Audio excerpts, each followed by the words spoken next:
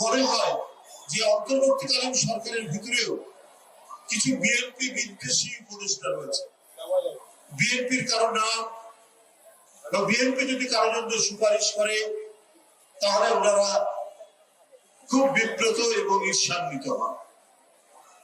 ঈর্ষান্বিত হয়ে সেটাকে তারা বাইপাস করার চেষ্টা করে। বিএনপি গণতন্ত্র 16 বছর ধরে এমন লড়াই করেছে, তাদের এমপি, তাদের ছাত্র, তাদের যুব এরা নিরুদ্দেশ হয়ে গেছে। শত শত নেতা কর্মী গুম হয়ে গেছে।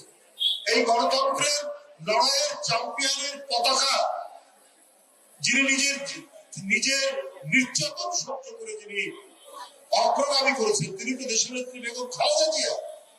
একটা ভাঙা দেওয়াল ঘেরা একটা জেলখানার মধ্যে অসুস্থ নেত্রীকে বন্দী করে রেখে তাকে যেভাবে নিপীড়ন করেছেন শেখ হাসিনা, তারপরেও গণতন্ত্রের প্রশ্নে অবাধ সুষ্ঠু নির্বাচনের জন্য, মানুষের নাগরিক স্বাধীনতার জন্য, আপনার ন্যায় বিচার প্রতিষ্ঠার জন্য, মানবিক সাম্যের জন্য তিনি লড়াই করেছেন।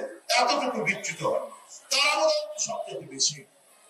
আর সেই বিএনপির কথা শুনলে পরে অন্তর্বর্তীকালীন সরকারের কোন উপদেষ্টারা গোস্বা হন যে না তারা বিএনপির লোক, তারা বিএনপি করে, এটা করা যাবে। কিন্তু আজকে আমাদের অনেকের রক্তের বিনিময়ে তো আপনারা ক্ষমতা